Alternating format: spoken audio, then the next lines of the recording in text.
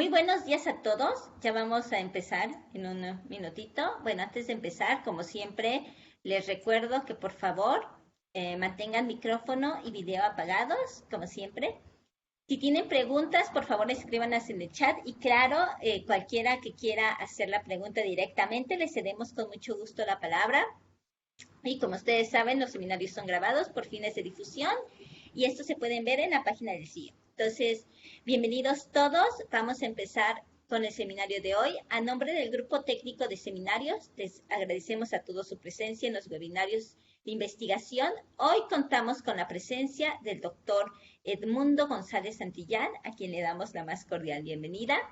Nuestro invitado de hoy, el doctor Edmundo González Santillán, inició sus estudios en la Facultad de Ciencias de la UNAM, donde se graduó como biólogo. Posteriormente realizó una maestría en el Instituto de Biología de la UNAM y el doctorado en el American Museum of Natural History en New York, en conjunto con un programa de biología en el City University of New York.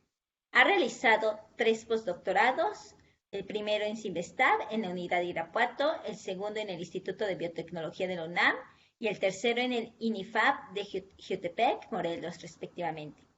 Ha sido profesor de asignatura en la carrera de Biología en la Facultad de Ciencias UNAM y en la UAM Iztapalapa por 6 años. Ha publicado más de 25 artículos científicos en revistas indizadas y escrito capítulos de libros, tanto de divulgación como científicos. Y ha dirigido y titulado más de 10 estudiantes de licenciatura y posgrado en varias universidades, tanto de México como de Brasil. Actualmente es integrante del Sistema Nacional de Investigadores y colabora con varios grupos de investigación nacionales, bueno, tanto nacionales como internacionales, como Europa y Estados Unidos, en proyectos sobre biología de arácnidos. Le cedo la palabra a nuestro expositor, quien nos hablará sobre 450 millones de años de percepción y luz en la oscuridad, los alacranes. Muchas gracias, doctor Edmundo. Muchas gracias por la introducción, doctora. Muy buenos días a todos. Muchas gracias por asistir a esta plática. Espero iluminar un poquito el conocimiento de estos fascinantes organismos. Y bueno, quiero solamente advertir un par de cosas antes de comenzar. Esta es una plática con mucho sesgo hacia la parte biológica, por lo que voy a estar utilizando cierta terminología biológica. Voy a tratar de ser lo menos técnico, pero cuando lo sea, tratar de explicar cada uno de los conceptos, ¿no? Bien, lo que nos ocupa hoy es un grupo de animales bastante antiguo que ha sobrevivido en la Tierra por muchísimo tiempo y que tiene unas características ópticas, tanto de percepción de luz como de la morfología, muy interesante, ¿no? Aquí tenemos en esta primera diapositiva un alacrán como florece cuando se expone a la luz ultravioleta. Algunos otros animales que viven en cuevas pues han perdido los ojos. La mayoría de los alacranes también tienen 2 tipos de ojos, de los cuales voy a hablar a continuación. Bien. Entonces, a ver si da vuelta esto. Ahí está. Bien, voy a hacer una recapitulación un poquito amplia de este grupo de animales, ¿no? Hablar de las características que los diferencian y que los unen con otros grupos de animales. Desde el punto de vista biológico, se sabe que la mayoría de los escorpiones son nocturnos, es decir, toda su actividad de alimentación, reproducción, desplazamiento ocurre durante la noche, durante las horas de oscuridad. Esto, bueno, pues son adaptaciones a ambientes crípticos que les permiten sobrevivir por su tamaño especialmente, ¿no? Y bueno, también les permiten cazar otros grupos de organismos de los cuales se alimentan. Estos organismos tienen fototaxia negativa. ¿A qué me refiero? Cuando los escorpiones se mueven, se desplazan y encuentran una fuente de luz intensa, lo que hacen es ir al lado contrario, es decir, se mueven en contra de la fuente de luz. Todos los animales de este grupo de arácnidos son depredadores. En muchos casos se alimentan de otros organismos, pero en ocasiones particulares, bueno, pues se llegan a alimentar de sus congéneres. Incluso por ahí hay reportes de que las hembras, después de aparearse, pueden llegar a comerse los machos. Pero bueno, esto no pasa la mayoría de las veces.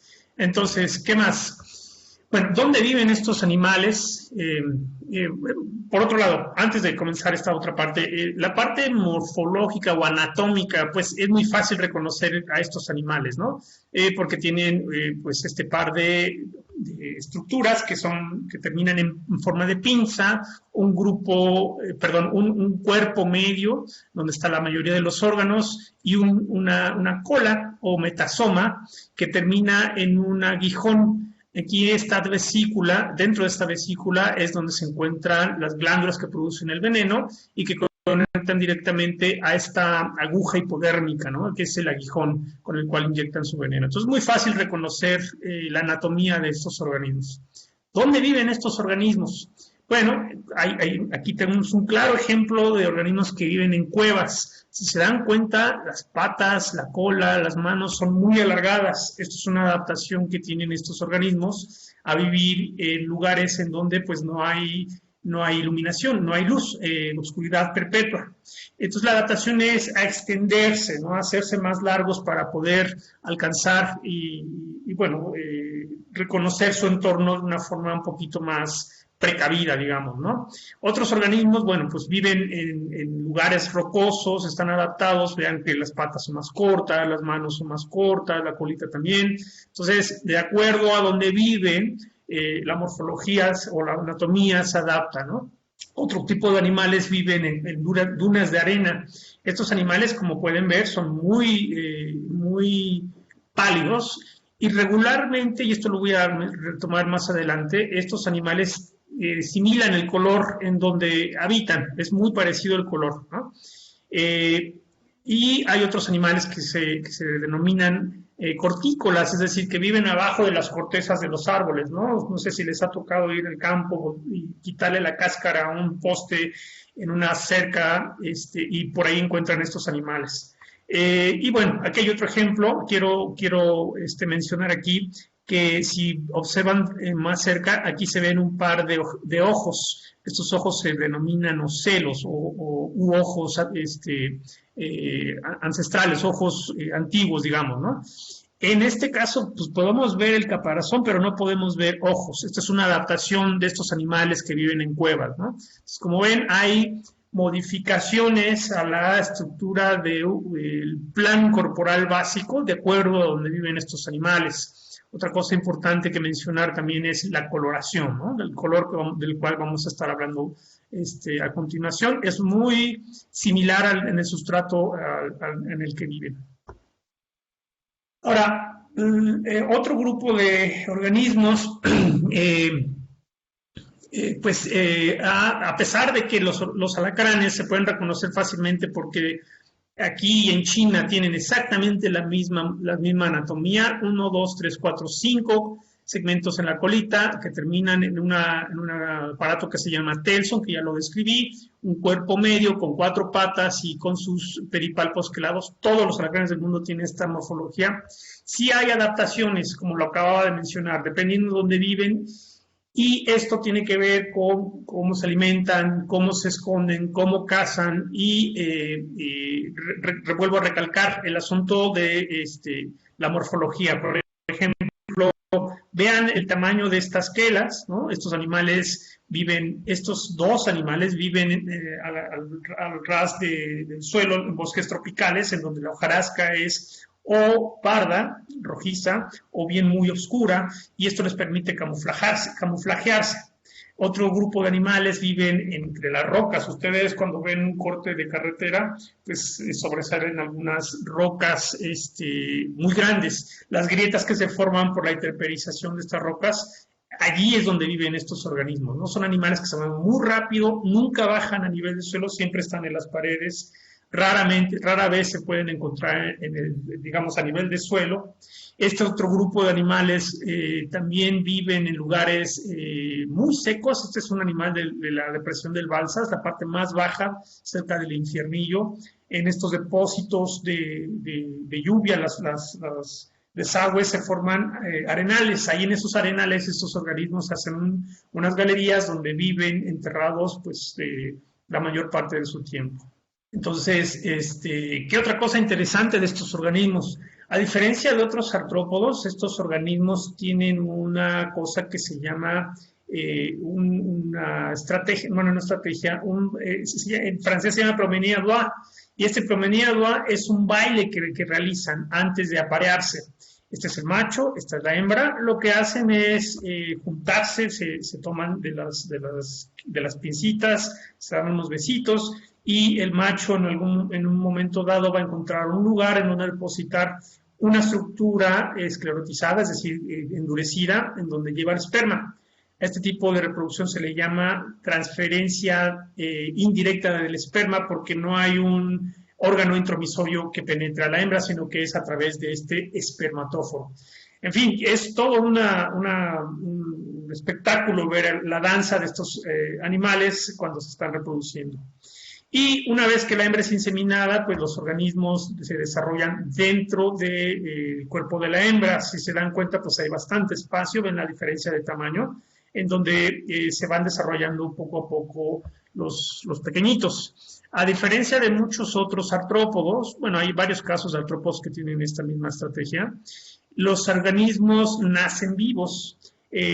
Muchos otros arácnidos lo que hacen es ovopositar, crear unos saquitos en donde ponen sus huevecillos y los depositan en algún lugar seguro y pueden retirarse o bien pueden cargarlos. En el caso de los escorpiones son vivíparos, es decir, que los organismos que nacen literalmente vivos, salen de la madre y se quitan su especie como de placenta, se despegan de esta cobertura que tienen dentro de la madre y comienzan a estirarse, comienzan a trepar a través de una estructura que forma la madre con estas primeras patas, que se llama la canasta de nacimientos, donde se reciben a los bebés. Entonces los bebés cuando nacen se trepan al dorso de la madre y se acomodan ahí. Entonces la mamá los cuida durante 15, 20 días, y una vez que mudan, todos los artrópodos tienen esta característica.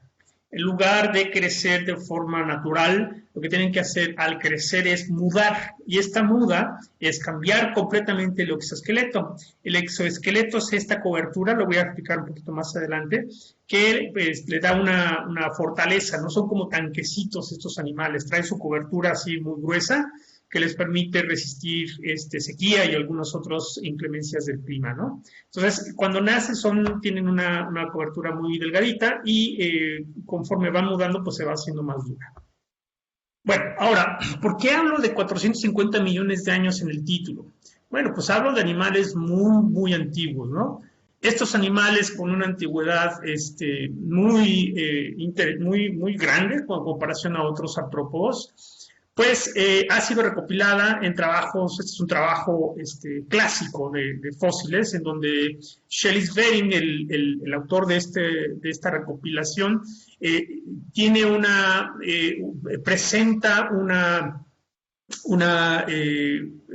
origen de los organismos, ¿no? ¿De dónde vienen estos organismos? Pues según lo que resume este artículo, dice que los escorpiones aparecieron primero en el agua, y esto tiene mucho sentido en términos de los fósiles que se conocen y en términos de la historia evolutiva que se conoce en general de los artrópodos. Bueno, esto fue publicado en el 86, ahora voy a hacer un salto cuántico a nuestros días, ¿no? Recientemente, estos autores, Woodruff et al., en el año pasado, describieron el fósil más antiguo que se conoce de un escorpión. Este data del periodo silúrico y va de los 437 a 436 millones de años. Ahora, esta es la fotografía directamente tomada del fósil. Esta es la parte dorsal. Aquí está la reconstrucción directa de este fósil. Y esta es la parte ventral y aquí está su reconstrucción. Ahora, un artista tomó esta imagen y hizo una reconstrucción artística, ¿no? No es exactamente como, no sabemos exactamente cómo lucían estos organismos, así que esta es una interpretación de un artista, ¿no? Ahora, ¿qué es importante de este fósil? Y es muy difícil encontrar este tipo de fósiles. Pues resulta que si uno observa de cerca esta parte del fósil, se va a encontrar con estas estructuras.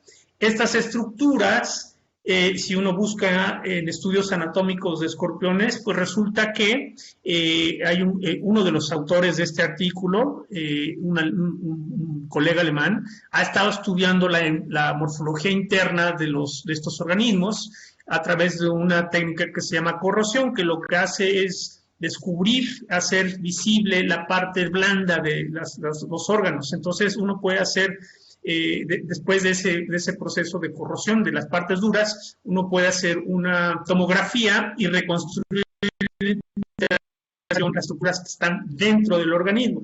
Entonces, él ha hecho varios artículos en donde se describe sistema circulatorio, sistema respiratorio y sistema digestivo. Pues si uno compara estas estructuras con las estructuras del fósil, pues son muy parecidas. Entonces, esto nos habla de que la anatomía interna de estos organismos pues ha cambiado un poco. De hecho, las dos, la interna y la externa, ¿no? Fíjense que estamos hablando de hace 437 millones de años y ya estos animales tenían pues sus pedipalpos, su cuerpo, su caparazón y su colita con su aguijón, ¿no? Entonces, no ha cambiado mucho la idea, se ha modificado tal vez el plan corporal un poco para adaptarse a diferentes condiciones. Y bueno, la contribución más importante, y bueno, más bien la pregunta que sale del análisis de este fósil es que no sabemos a ciencia cierta si este organismo es terrestre acuático, porque las características son muy similares con otros fósiles que son completamente acuáticos y con otros fósiles que son completamente terrestres. Entonces, queda un signo de interrogación ahí bastante grande, ¿no?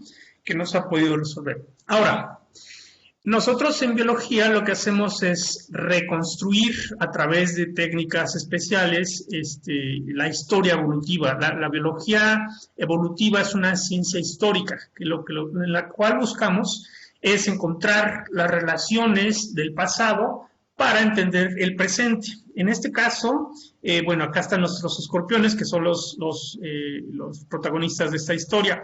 Pero la pregunta es, ok, ¿con quién están relacionados? ¿Cómo sabemos de dónde salieron? ¿Quién es su origen? ¿Quién es su ancestro? Bueno, pues ha habido un debate enorme recientemente. Este es el último de las contribuciones que se ha hecho en este sentido.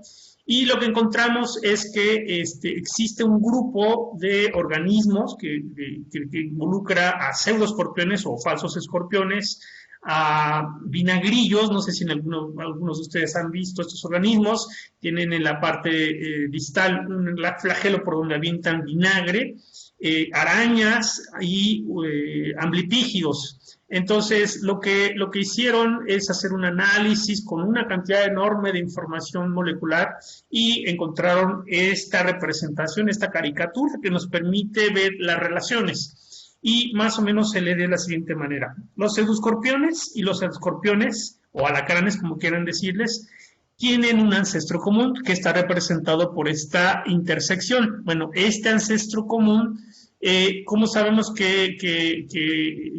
cómo podemos proponer estas hipótesis? Bueno, pues por toda la información molecular que se recabó, nos permite reconstruir este ancestro hipotético. Y así sucesivamente con los otros grupos que acabo de mencionar acá. Ahora, toda esta información molecular, biológica, se ha corroborado, digamos, con otro tipo de información. Esto es información a nivel molecular, parece que hay una duplicación completa del genoma, hay una estructura que se llama, por la cual es parte del sistema respiratorio de estos organismos que se llaman pulmones en hibro, también lo comparten en varios grupos. Esto que les decía del Promenea también lo comparten varios grupos, etcétera. Entonces, hay muchas características de la biología y la ecología de estos organismos que nos permiten asegurar de alguna forma que los pseudoscorpiones y que los escorpiones tienen un ancestro común. Entonces, hay un ancestro común que dio origen a estos dos grupos, ¿no? Entonces, de ahí vienen los escorpiones. Esto, bueno, contrasta fuertemente con los fósiles y, bueno, hay toda una serie de cosas que no voy a hablar en este momento que no nos competen. Bien. Ahora, vamos a la parte óptica de la plática, ¿no? ¿Cómo es que estos organismos ven o cómo tienen esta capacidad de visión? ¿Qué les permite percibir la luz a los alacranes? Miren, este es un caparazón tomado en luz ultravioleta. Se ve claramente aquí dos ojitos, un par de ojos medios y 3 ojos laterales en este caso. 2 ojos laterales en este caso. Aquí están los ojos medios. Estos son 2 especies completamente diferentes, pero guardan el mismo orden, digamos, ¿no? 2 ojos, un par de ojos medios y los laterales. Entonces vamos a examinar cada uno de estos 2 órganos sensoriales para ver cómo funcionan y compararlos un poquito. Entonces aquí hay una caricatura que estos autores nos permitieron pues, darnos una idea de la diversidad de diferentes formas de caparazones. Su posición, la posición de los ojos, pues varía un poquito, no es tan cambiante. La cantidad de ojos laterales también varía mucho, ¿no? Haciendo un poquito de recordando la anatomía otra vez, tenemos el caparazón que corresponde a una parte que se llama prosoma, con todos los apéndices, que son las pinzas y las patas caminadoras, el mesosoma en la parte media donde están todos los órganos, y la cola o el metasoma, ¿no? Entonces, los ojos se encuentran principalmente en la parte anterior, que tiene sentido porque pues, son animales que son cazadores y tienen una simetría bilateral. Ahora, esto contrasta mucho con otros grupos de animales. Vean, esta es la cabeza de una libélula. Las libélulas, a diferencia de los alacranes, ellas sí tienen capacidad de formar imágenes muy claras, con mucha definición, mientras que los alacranes no tienen esta capacidad. Ahorita lo vamos a ver más adelante. Entonces, sí hay un contraste grande. Y otra cosa que quiero que tomen en cuenta. Las libélulas son diurnas, es decir, cazan cuando el sol está en pleno, cuando hay suficiente luz para ver a la presa. Mientras que los escorpiones cazan de noche, son animales nocturnos y probablemente los ojos no tengan una función directa en este tipo de actividades. No está bien claro. Bien, vamos entonces a ver la anatomía de cerca, cómo se ve un ojo si hacemos un corte transversal del alacrán para ver los ojos medios o los ocelos medios y los ocelos laterales. Los ocelos medios tienen un lente, al igual que los ocelos laterales. La diferencia radica en el cuerpo vítreo. Si se dan cuenta, este es un grupo de celulitas que hacen la especie como el iris para enfocar, ¿no? Los ojos medios sí lo tienen, sin embargo, los ojos laterales no. Ahora, hay una cuestión anatómica bien interesante. Las neuronas que están aquí, bueno, pues tienen sus pigmentos que les permiten captar los fotones y hacer la transducción de la información fotónica a eléctrica y todo se va hacia el nervio óptico para el procesamiento y respuesta. Pero en los ojos medios, todas las células están separadas, mientras que el cuerpo rhabdomérico, que es todo este grupo de células que tienen esta capacidad de adquirir la señal de los fotones, está interconectada. Entonces, esta parte morfológica es muy importante porque esto hace que estos ojos sean mucho más agudos en términos de percibir luz muy tenue, mientras que estos podrían llegar a formar una imagen no muy con mucha definición. Entonces vamos a ver estas capacidades visuales de estos animales, ¿no? Los ojos medios, bueno, perciben la cantidad de luz presente en el medio y discriminan, pues, más o menos el espacio que se genera al percibir esta luz, ¿no? Llegan a formar imágenes de baja resolución. En resumen, los ojos medios, digamos que podríamos resumirlo como ven en gris, como los perros, y probablemente ven bultos, ¿no? Digámoslo así de forma coloquial. Esa es la capacidad visual de los ojos medios. Ahora, la parte interesante es esta. Los ojos laterales, que están en los lados, bueno, tienen una percepción sumamente aguda, probablemente 10 veces más que los de los ojos medios. Detectan diferencias de intensidad, aunque esta sea muy baja, y se ha propuesto que tienen que ver con el ciclo circadiano. ¿Qué es el ciclo circadiano? Bueno, pues nosotros tenemos un control interno a través de una cantidad de órganos, en nuestro caso la pineal es el órgano maestro, que lo que hace es darnos regímenes de actividad. Nos da sueño justamente porque el fotoperiodo, la luz, al terminar el día, al acabar con la luz, este órgano central lo que hace es hacer que otros órganos produzcan hormonas que nos dé sueño.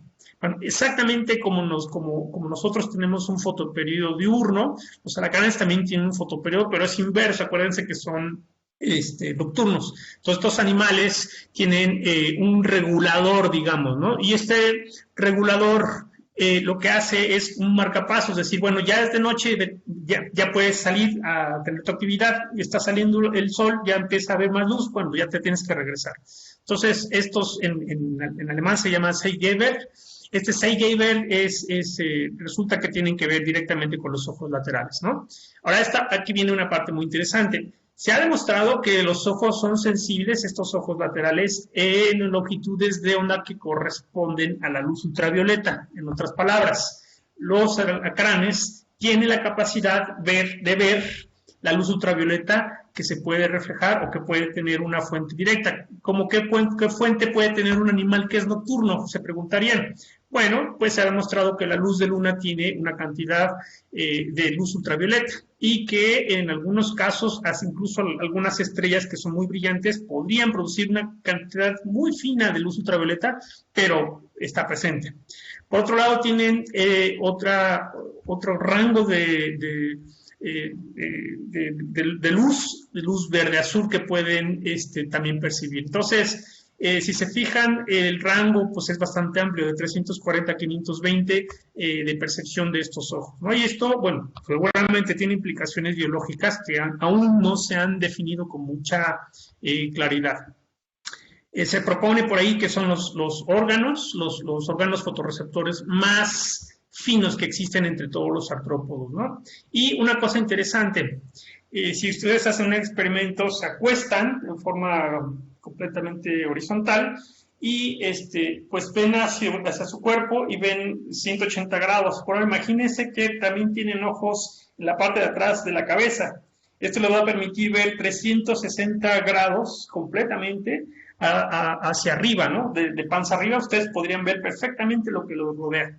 Bueno, se supone que los escorpiones tienen esta capacidad, obviamente, pues cuando hay luz suficiente para que los ojos medios y los ojos laterales puedan percibirla, ¿no?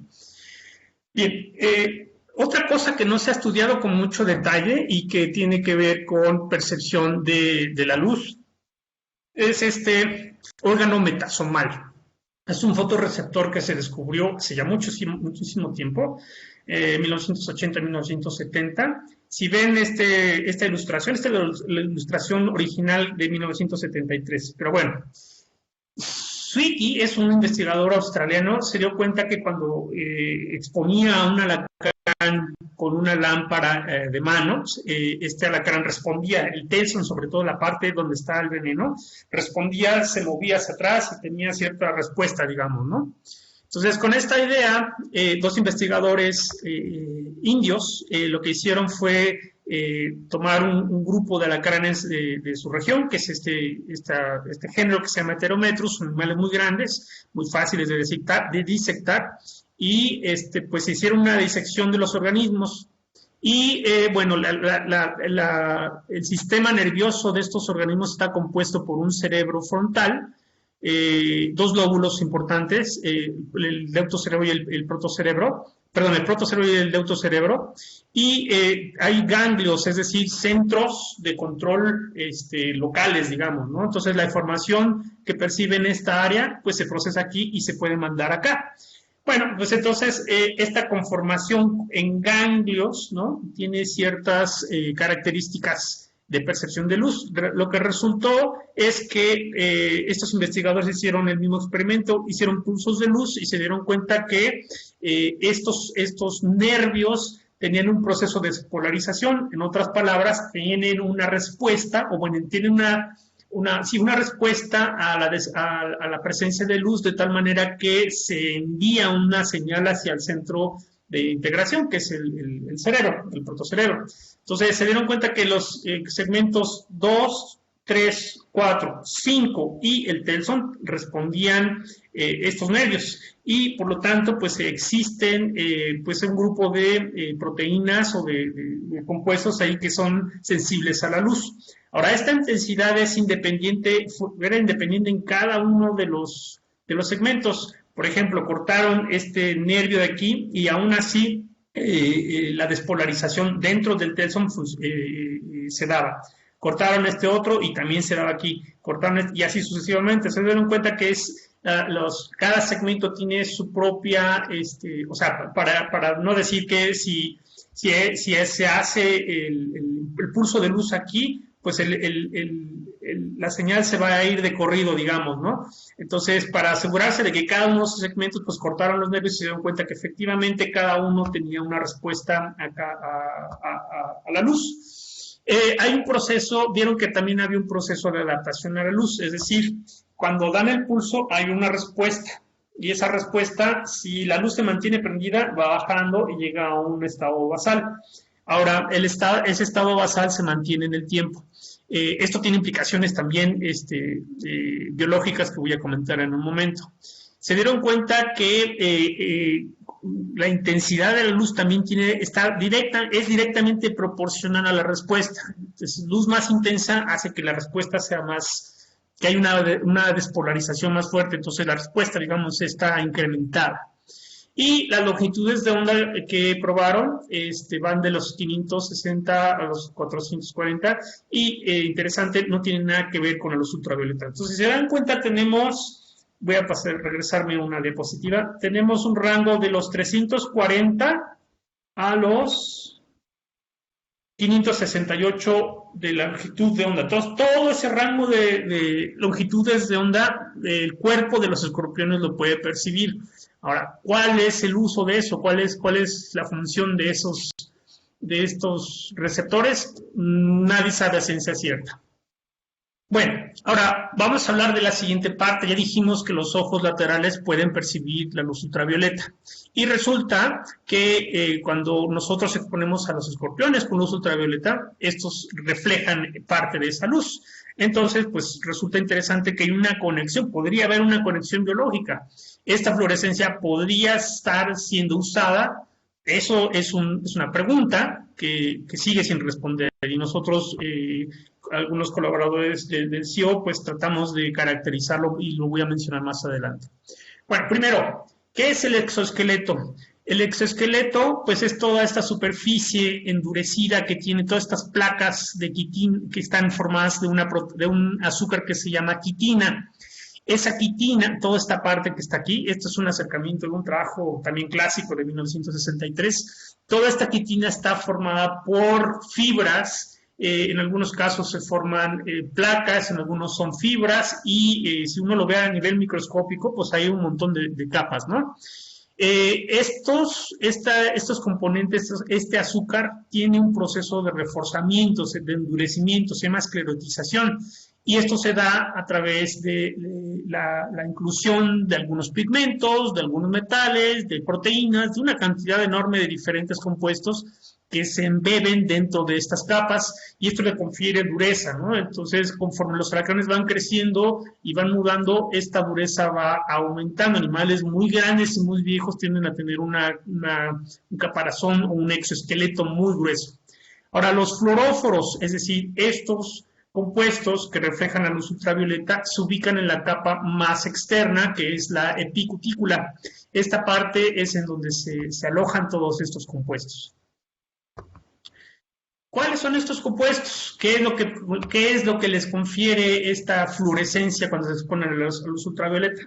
Bueno, hace mucho se conocían estos dos, la beta-carbolina y el 4-metil-7-hidroxicumarina, o para los cuates, la cumarina. Entonces, la cumarina y la beta-carbonila eran los que se conocían con más detalle, se han estudiado en algunos casos, pero recientemente, bueno, no tan recientemente, en el 2013, un grupo de investigadores chinos descubrió que también este otro componente que carece de un grupo metilo en la posición del carbono 4, también tiene esta capacidad. Entonces, está este, digamos, precursor de este otro, pero que también tiene capacidad de fluorescencia. Entonces, tenemos 3 hasta aquí.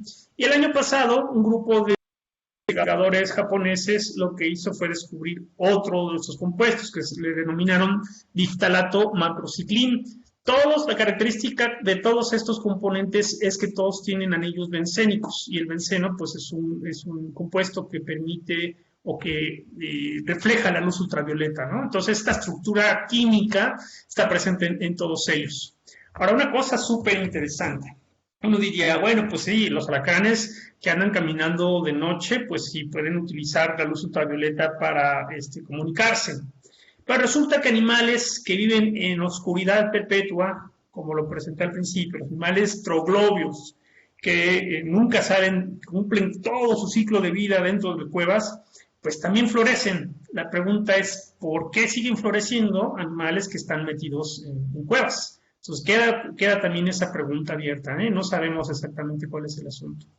Entonces, miren, el asunto de la fluorescencia se ha estudiado desde muchas perspectivas. La perspectiva biológica tiene que ver con pues una función muy particular, ¿no? ¿Para qué? ¿Cuál es la razón de que estos animales tengan esta capacidad? ¿Es un asunto que no tiene ninguna utilidad? ¿Realmente hay una utilidad biológica? Pues queda otra vez abierta la pregunta, ¿no?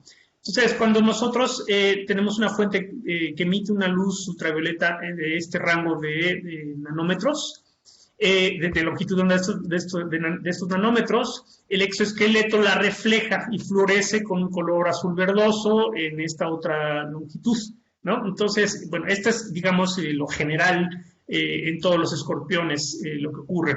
Se ha propuesto muchas cosas. Se ha propuesto que esta fluorescencia sirve para encontrar refugio. ¿Cómo? ¿Por qué?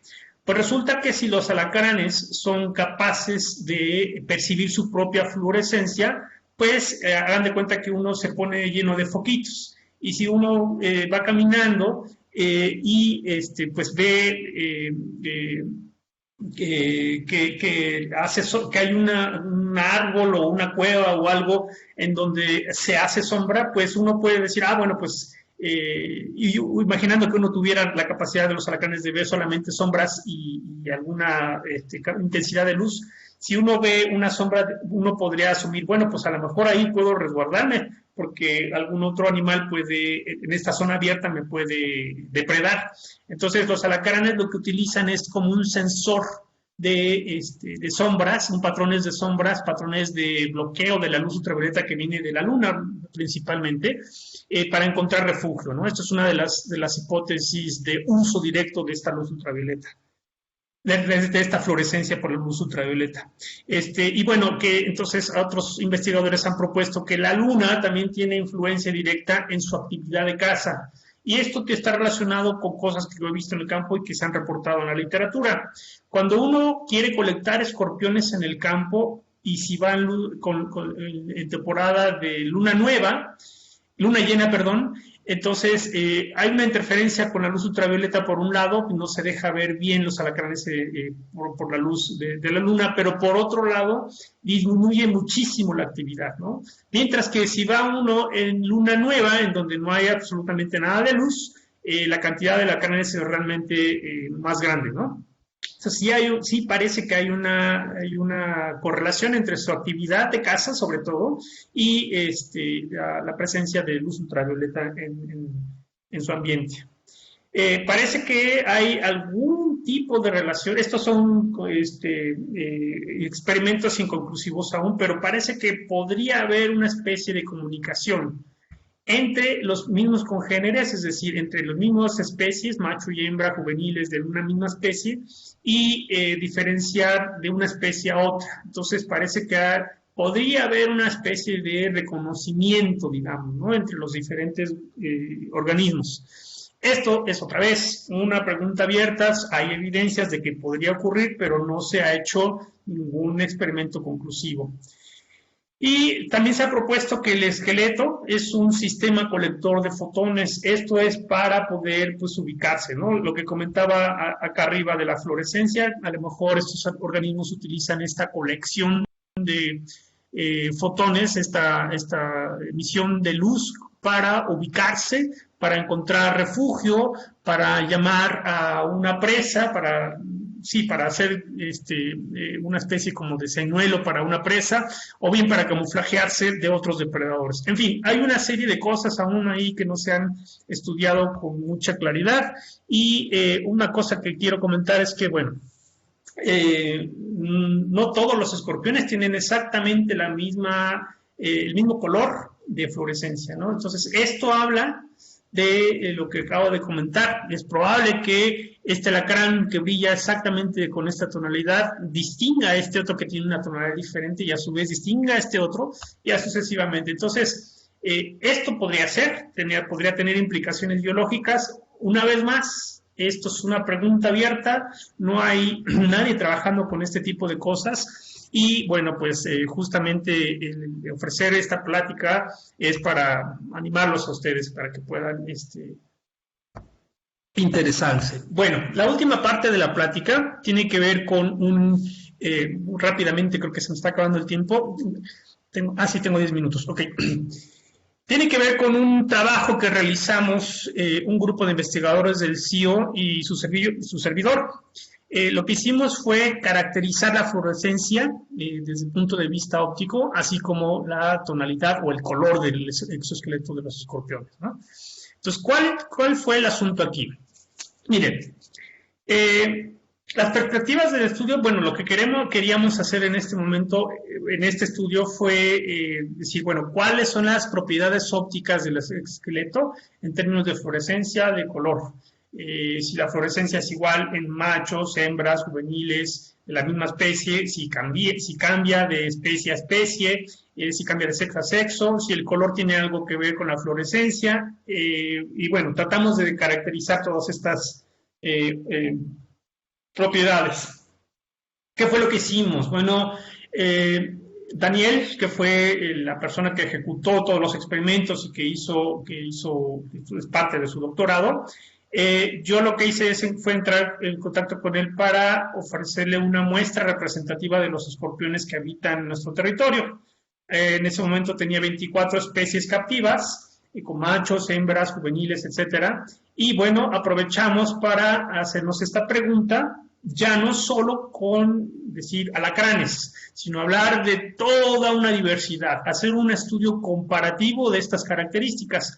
Una cosa importante que se puede notar en todos los estudios previos es que pues estos estudios se enfocan en una especie sin importar nada de su biología.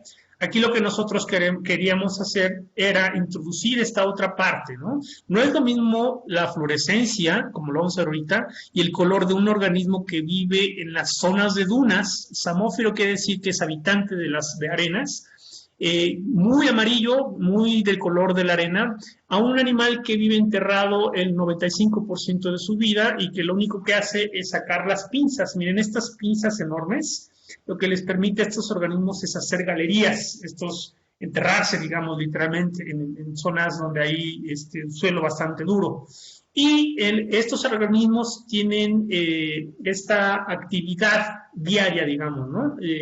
Tienen un ciclo circadiano en donde su actividad, pues casi diario salen. Ellos también hacen galerías, pero la diferencia es que estos animales son muy activos en la superficie, mientras que estos lo único que hacen es sacar sus quillas, sus quelas y esperar a que un animal pase para agarrarlo y meterse a su guarida y comer. Entonces, las diferencias biológicas entre estos dos pues, son grandes, ¿no? Este se puede desplazar hasta 10 metros de su galería que cavó, regresar, comer, buscar pareja, etcétera, y regresar, mientras que este de plano no sale, ¿no? Y hay animales intermedios que tienen una actividad diaria también muy prolongada, son animales muy activos que pueden desplazarse, lugares completamente diferentes y vean cómo está intermedio entre el color, ¿no? Estos son completamente pálidos, estos tienen un color mucho más oscuro, pero son muy parecidos en coloración. Entonces hay una diversidad de cosas que en otros estudios no se habían tocado, que no se habían puesto en un contexto para la caracterización de estas propiedades ópticas. Entonces utilizamos 24 especies. Estas características se confirmaron con un estudio espectrométrico también para ver si nuestras imágenes estábamos, digamos, corroborar nuestras imágenes, ¿no? Y bueno, este aspecto comparativo que les acabo de mencionar, pues es bastante novedoso en el sentido de que poca gente hace este tipo de estudios de forma comparativa. Rápidamente, ¿qué encontramos? Bueno, encontramos una cosa bien interesante que a pesar de ser incluso obvia para mucha gente que estudiaba la caranés, pues nunca se había puesto de forma manifiesta. Resulta que la fluorescencia del cuerpo no es homogénea, por el contrario, tiene algunas partes que tienen un brillo mucho mayor. Aquí esta es una imagen que se procesó en la cual el área se clasificó de acuerdo a la intensidad de la reflectancia. ¿Qué tanta luz refleja, qué tanta luz ultravioleta se refleja en el cuerpo de este animal? Entre más rojo, más caliente, quiere decir que hay un reflejo mayor y entre más azul hay un reflejo menor. Si se dan cuenta, los pedipalpos, es decir, las pinzas, toda la manita con las pinzas, tienen una reflectancia mucho mayor comparada con el cuerpo, incluso con el caparazón donde están los ojos y el mesosoma. Y aquí, bueno, el asunto es que la posición del animal hizo difícil captar con mucha precisión la intensidad, pero las partes que estuvieron más planas, digamos, para tener una percepción mucho más, un análisis mejor del algoritmo que nos dio esta intensidad, pues vemos que también la colita, el metasoma, en este caso también, y en este caso también. Entonces, la posición no ayuda mucho en algunos casos, pero sí podemos verlo de forma, en una gráfica. Miren, esta es la intensidad de fluorescencia del mesosoma, es la parte, es decir, toda esta parte media, y las quelas y el metasoma, segundo y primer segmento, pues obviamente la fluorescencia es mucho más grande. Bueno, no mucho más grande, sí es mayor. Hicimos análisis estadísticos que nos permitieron ver esta diferencia significativa.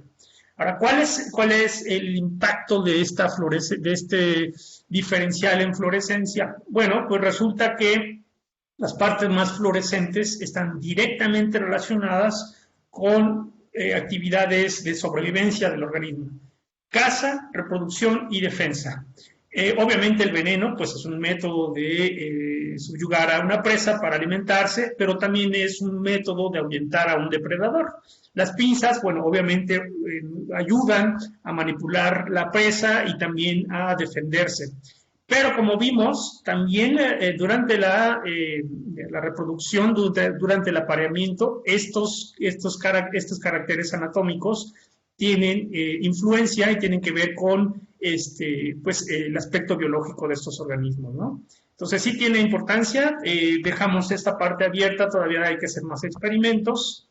Otra cosa que vimos es que en todos los escorpiones parece que exactamente los mismos fluoróforos, al menos estos 4 productos químicos que les mostré anteriormente están presentes y están en la misma proporción. Lo que cambia entre las especies es la intensidad de reflejos. Si se dan cuenta, pues hay un espacio grande desde los animales más oscuros hasta los animales más claritos. Entonces hay una clina, digamos, una diferenciación de menor brillo de fluorescencia a un brillo mucho mayor. Entonces, hay todo un rango de variación y esto tiene que ver con las especies, lo cual está asociado a lo que les había comentado. Es probable que las especies puedan reconocerse, un Diplocentrus tehuacanus, pueda reconocer a lo mejor a un individuo de otra especie por su capacidad de reflectancia. Entonces, no sabemos aún, o sea, es interesante ver esto, pero necesitamos más estudios. Necesitamos diseñar estudios que nos permitan poner a prueba estas hipótesis. Entonces,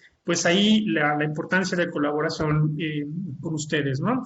Y otra cosa bien interesante que también parece muy obvio, pero que tampoco nunca se había dicho de forma directa. Resulta que los animales que tienen características de coloración en luz blanca está directamente correlacionado con la fluorescencia. Los animales más oscuros tienden a fluorecer menos que los animales más brillantes o de colores más pálidos y fluorecer mucho más. Entonces hay una correlación de incremento en fluorescencia y coloración. Entre más oscuro, menos fluorescencia, entre más claro, mayor fluorescencia.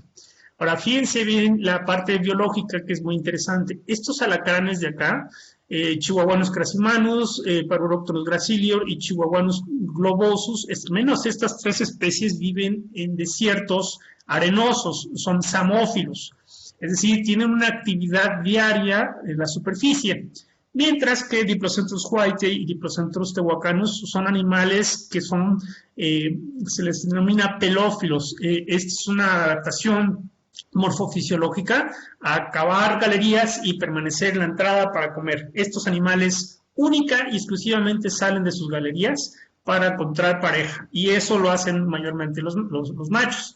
Las hembras pueden vivir, no sé, hasta 8 años en su galería si no tienen ningún disturbio, ¿sí? En algunos casos, algún depredador puede cavar su galería y si la encuentra se la come, si se salva, pues tiene que volver a cavar otra galería. Pero si no hay disturbio de estos animales, pueden vivir en su galería muchísimos años, ¿no? Entonces, fíjense cómo la fluorescencia pareciera que tiene que ver con la biología directamente, ¿no? Animales que brillan mucho, pues tendrían la posibilidad de comunicarse a través de esta fluorescencia intensa entre los mismos organismos de la misma especie, incluso macho y hembra, y bueno, esto otra vez, no tenemos evidencia directa de que esto pueda ocurrir. Esto es a grandes rasgos lo que nosotros estudiamos en ese artículo. Hay otras partes que, bueno, no las voy a tocar en este momento. Ok, entonces, las conclusiones de esta plática son las siguientes. Bueno, primero, en general, nos hace falta, pues, más colaboración, ¿no?, entre las diferentes disciplinas científicas. Creo que este artículo es un caso bastante prometedor en términos de que, bueno, la colaboración puede hacerse a diferentes niveles y, bueno, pues hace falta muchos gente que quiera hacer cosas como lo hizo Daniel, ¿no?, nuestro estudiante, hacer estos estudios multidisciplinarios que no son nada fáciles. Nosotros, los biólogos, tenemos que aprender el lenguaje de los físicos y los físicos tienen que aprender el lenguaje de los biólogos. Entonces, es muy importante esta interacción, ¿no? Ahora, desde el punto de vista de los alacranes, bueno, pues la fluorescencia sigue siendo un enigma. ¿Sirve o no sirve para una función? ¿Hay evidencias o no hay evidencias concretas de que sí funciona en la biología de estos organismos?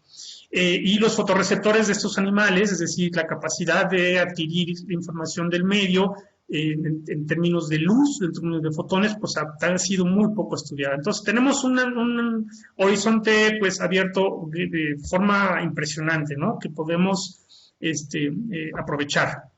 Bien, no me resta más que agradecer a mis colaboradores Daniel y el doctor Gabriel Ramos, que me permitieron pues entrar en este maravilloso mundo de la óptica, a gente que me ha ayudado muchísimo en discusión y consejos a lo largo de mi carrera, Ofelia Delgado, y al doctor Fernando Álvarez, quien es titular del Laboratorio de Arqueología de la Facultad de Ciencias, y bueno, a gente que nos ayudó mucho en el campo, ¿no?, mis estudiantes, una persona con la que colaboro permanentemente en otros proyectos, ¿no?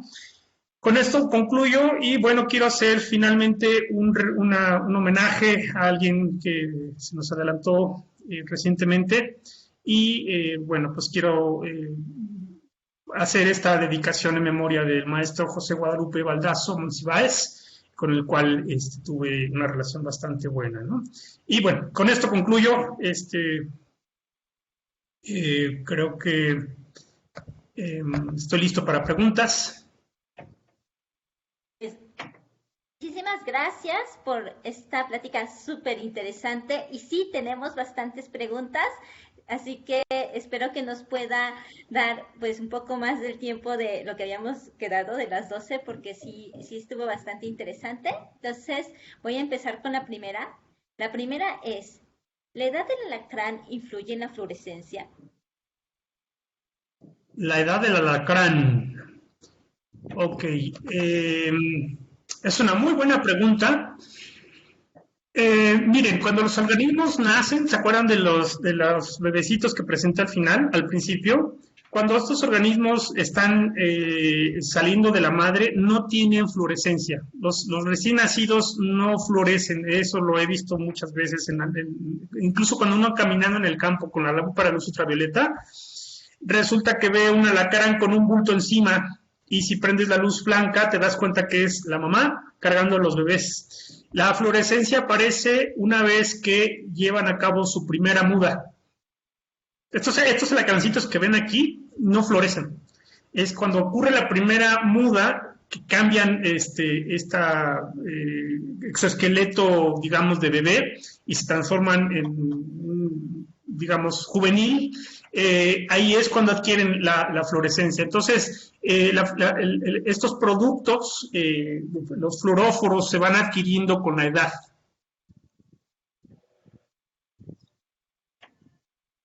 Espero haya contestado. Sí. Bien. La siguiente pregunta es, perdón, es que cómo se movió el chat. ¿La fluorescencia de cada alacrán es como su marca personal? Es decir, ¿usan fluorescencia para poder reconocerse? Híjole, es justamente la pregunta que me gustaría que me contestaran a mí. No sabemos.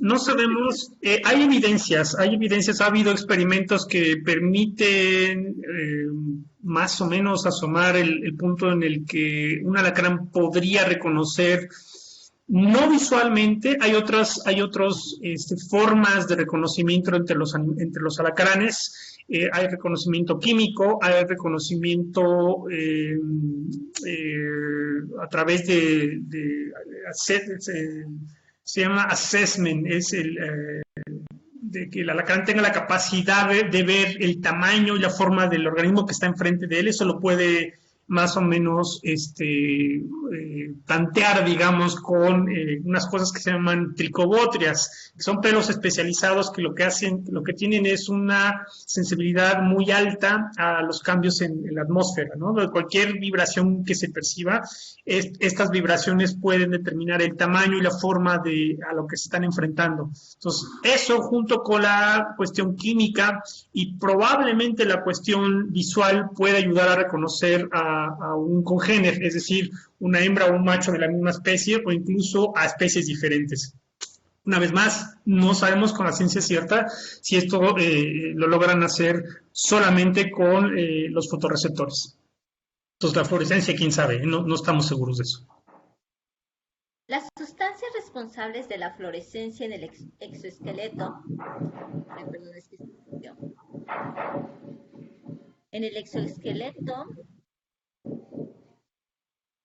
me parece que son triboluminiscentes, es decir, emiten luz cuando están sujetas a estrés mecánico, golpes, estiramientos, etc.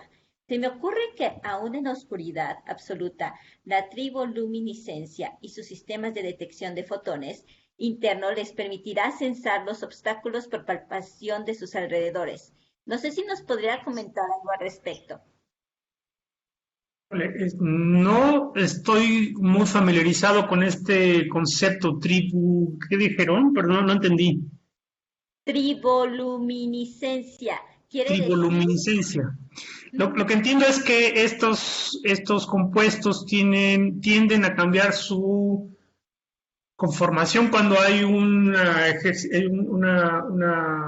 fuerza mecánica que los modifica y esto hace que refleje la luz ultravioleta. ¿Esto que dijo la persona? Pues no sé, Luis Armando, si quieres abrir tu micrófono o A ver, sí, sería más fácil. Sí, buenos días. Sí, en efecto, la triboluminiscencia es la emisión de luz o la conversión de energía mecánica a energía luminiscente. Uh-huh. Entonces, algunas sustancias que son fluoróforas, pues también emiten luz cuando son sometidas a presión o a golpes. A mí se me hizo muy interesante. Gracias por la plática, es súper interesante. Sí, claro. Y se me hizo súper interesante también el asunto del sistema de detección interno, entendí, o sea, los nervios y los fotorreceptores a lo largo de toda su estructura le permiten detectar fotones que yo entiendo de alguna manera estarían entrando adentro del animal, ¿no? Sí. Entonces, lo que se me está ocurriendo es que es como su caparazón es como una especie de filtro o transductor que puede recibir una señal óptica o mecánica, es lo que yo estoy pensando, y entonces su esqueleto emite luz. La sección donde lo golpeas o el pelo que vibra hace que el caparazón emita luz y esos fotones que van a ser muy pocos los detecta el detector de fotones que está adentro de él. Y como está todo a lo largo de su esqueleto, pues él podría estar identificando dónde lo tocaron, ¿sí? Aunque no vea nada. Es como una especie de radar en todo su organismo, ¿no? Bueno, esas son ideas que se me ocurrieron, pero bueno, el fenómeno al que me refiero es ese. Estoy seguro que la cumarina sí es triboluminiscente y tengo la impresión de que algunas de las otras sustancias que pusiste ahí pudiesen ser triboluminiscentes. Y bueno, a lo mejor esa es otra línea de estudio, ¿no? Ver qué pasa. Gracias. Excelente. Muchísimas gracias. Esa pregunta está extraordinaria. Creo que esto puede abrir una línea de investigación completamente diferente, una aproximación que creo que a nadie se le ha ocurrido. Y yo no tengo información, yo no he visto en la literatura nada que tenga que ver con esto. Habría que ver si el contacto entre los mismos organismos despide o emite algún tipo de energía fotónica a un nivel bajísimo. Y primero, bueno, tendríamos que tener la capacidad de registrarlo y después ver, pues estudiarlo con más detalle, ¿no? Ver si esto efectivamente es un método o una forma de comunicación entre estos animales. Me parece una pregunta fantástica, formidable, que nunca se me había ocurrido. Yo, de hecho, no conocía este fenómeno que está comentando. Y bueno, justamente de esto se trata, ¿no? De encontrar estas nuevas ideas que a nosotros los biólogos, pues obviamente nunca se nos hubieran ocurrido. Muchísimas gracias por la pregunta. Muchísimas gracias, Luis Armando, por la clarificación. Muchas gracias. Y la siguiente es, buen día, gracias por esta interesante charla. La pregunta es, ¿han realizado un seguimiento de la emisión de fluorescencia con actividades de los alacranes, como son el apareamiento, la caza y así? Sí, de hecho, algunas de las funciones que mencioné son justamente seguimientos con la fluorescencia y la actividad precisa. En casa sí se ha seguido, se tienen evidencias que los animales no salen a cazar cuando hay luz de luna. La mayoría de los machos que es temporada de reproducción, porque no se reproducen todo el año. Temporada de lluvias marca la temporada de reproducción. Los machos salen de sus galerías y van a buscar hembras. Esto lo hacen regularmente en días en donde no hay luz de luna. Y son muy abundantes cuando está nublado, ¿no? He visto algunos casos en el campo que cuando se nubla hay mucha actividad en la superficie. Entonces sí hay algunas cosas.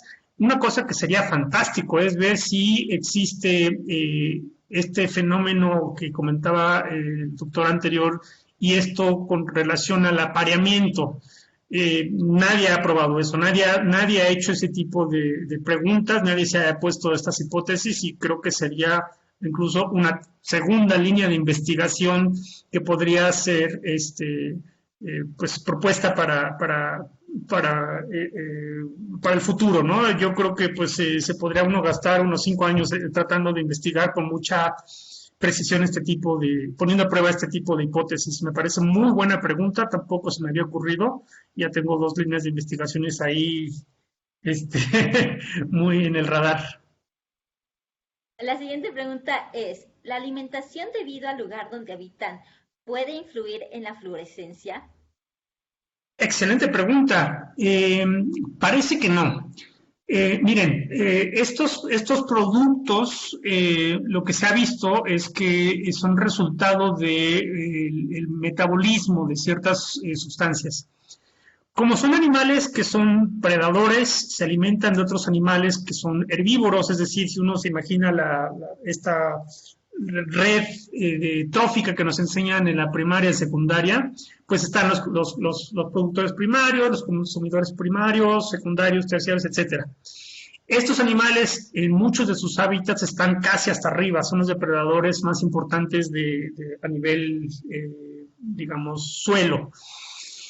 Comen muchos otros animales que son herbívoros. Los animales herbívoros tienden a defenderse de sus depredadores. ¿Cómo? Bueno, pues consumiendo plantas que tienen tóxicos. Lo que hacen los herbívoros es alimentarse de plantas que contienen tóxicos, que son tóxicos obviamente para los que lo consumen. En respuesta a esto se llama carrera armamentística. Los depredadores se han adaptado a consumir estos animales con tóxicos y lo que hacen es detoxificarse. Entonces hay mecanismos moleculares a nivel celular, a nivel de hecho mitocondria, el famoso citocromo, es una proteína que está de membrana que lo que hace es secuestrar y quelar estos tóxicos. Parte de estos tóxicos son muy grandes, son tóxicos como el benceno, por ejemplo. Entonces, lo que hace el citocromo es secuestrarlos, quelarlos, que literalmente los encadenan a nivel molecular, encadenan a estos tóxicos para que no anden circulando y destruyendo el tejido haciendo una irrupción dentro de la homeostasis del organismo. Entonces, a la hora de secuestrarlos, estos compuestos no se pueden desechar muy fácilmente porque son muy grandes. Entonces, parece que lo que hacen los escorpiones es, los van acumulando en la epicutícula y el resultado de esta detoxificación parece que son estos compuestos. Entonces, estos compuestos se van acumulando ahí y cuando mudan, pues obviamente es como que se quitaran desechos. Se oye medio feo, pero es como que si estos animales tuvieran un poquito de popó pegada en el cuerpo, se quitan su camisa de popó, la dejan ahí y tienen una nueva en donde se puede volver a llenar con estos productos tóxicos. Entonces, es más o menos la idea de dónde provienen estos compuestos. Son compuestos que son parte de un metabolito, bueno, que son parte de una metabolización de un compuesto que ellos consumen. Entonces, para no intoxicarse, lo van acumulando ahí y se van deshaciendo cada vez que mueven. Muy bien. La siguiente pregunta. Tenemos bastantes, entonces no sé si tenga algún inconveniente en que sigamos con todas ellas. Yo puedo estar aquí el tiempo que ustedes me digan. Ay, pues muchísimas gracias. La siguiente Adelante. Sabemos que los escorpiones son nocturnos. ¿Cuál sería la relación entre la fluorescencia y el hábito nocturno de los escorpiones? Bueno, pues volvemos un poco a lo mismo, ¿no? Parece que existe una correlación entre la biología, el comportamiento de estos organismos y esta fluorescencia. Pero también evidencias, esto que acabo de comentar justamente explica un poco por qué son fluorescentes, ¿no? Tienen que metabolizar ciertas cosas y los desechos de ese metabolismo pues no los pueden sacar tan fácilmente y los acumulan en el cuerpo. Ahora, que secundariamente se esté aprovechando esta acumulación de estos compuestos, de estos fluoróforos en el exoesqueleto, pues podría ser una adaptación. Esto en biología se llama adaptación. Es decir, no es una funcionalidad directa, ¿no? Es como que una estructura está ahí, aparece, pero no tiene ninguna función.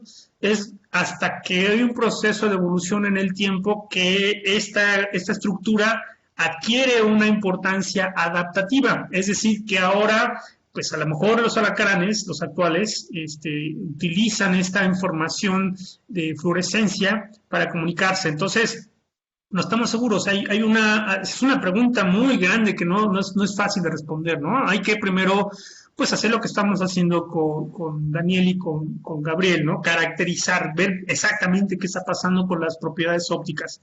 Ahora, la siguiente parte es ver si estas características ópticas tienen que ver directamente, si hay respuestas biológicas, ¿no? Dentro de las poblaciones de los alacranes, a nivel convivencia diaria, a nivel caza, reproducción, apareamiento, todas estas cosas si están involucrados. Si logramos obtener evidencias directas y contundentes de que efectivamente esta fluorescencia tiene que ver con la biología de los animales, podemos incluso por ahí publicar un Nature o una revista así bastante buena, ¿no? Es una pregunta que sigue latente y que tiene que ver con una respuesta multidisciplinaria. Y bueno, creo que este es el mejor lugar para ventilar este tipo de cosas, ¿no? Gracias por la pregunta. La siguiente, bueno, realmente son como varias preguntas hechas por la misma persona, el doctor Alfredo Campos, y tenemos las siguientes. Todas las especies conocidas de alacranes, bueno, para esta le leo todas o voy una por una. Una por una mejor. Ok. ¿Todas las especies conocidas de alacranes florecen? No todas. Hay un grupo de animales que viven en la hojarasca. La hojarasca es algo similar a las cuevas, pero por alguna extraña razón, estos animales que viven en la hojarasca, de hecho, miren, esta especie que ven aquí es de un género que se llama Megacormus. Hay unas especies dentro de este género que casi no florecen y viven en lugares muy crípticos, viven en unos lugares con hojarasca bien profunda, muy profunda. Viven hasta abajo, en lugares donde no entra luz, muy húmedos, muy constantes en temperatura, muy constantes en humedad, y casi no salen, ¿no? Entonces es difícil encontrarlos en el campo. La única forma de colectarlos es poniendo trampas de caída, ¿no? Uno hace un agujero en la hojarasca, pone un vaso con alcohol y los animales que se andan moviendo en la hojarasca caen ahí. De otra forma, encontrarlos con luz ultravioleta caminando en la superficie es casi imposible. Esos animales no florecen tanto. Entonces, no hay una explicación de por qué no tienen esa fluorescencia. Bueno, esos animales son mexicanos. En Asia, la contraparte también muy antigua, tienen las mismas características. Animales que viven en la hojarasca, que casi no salen a la superficie, casi no tienen fluorescencia. Pero incluso otros organismos como las cacerulitas de mar, como incluso fósiles, sí tienen capacidad de fluorescencia, fósiles de otros arácnidos. Entonces, pues no sé por qué han perdido esta capacidad. Me imagino que pues es una adaptación. Tal vez no se alimentan de animales tan tóxicos, se alimentan de animales que viven ahí en la misma hojarasca. Pero esto contradice lo que dije de las cuevas, ¿no? Que animales que viven en oscuridad perpetua, pues también florecen. Entonces, no sé, es un rompecabezas que no está bien resuelto. Muy buena pregunta. Sí, porque de hecho había puesto también un comentario que no leí que decía, por otro lado, la cantidad de luz ultravioleta durante la noche, especialmente si no hay luna llena, debe ser muy baja. La fluorescencia Sí. de sus cuerpos debe ser, por tanto, bastante débil. Y ¿Mm? la siguiente pregunta es, ¿se han hecho estudios sobre la sensibilidad de la luz ultravioleta? Y pegadita esa pregunta está, ¿se les ha colocado filtros UV o en el rango del espectro en el que florecen para estudiar su comportamiento?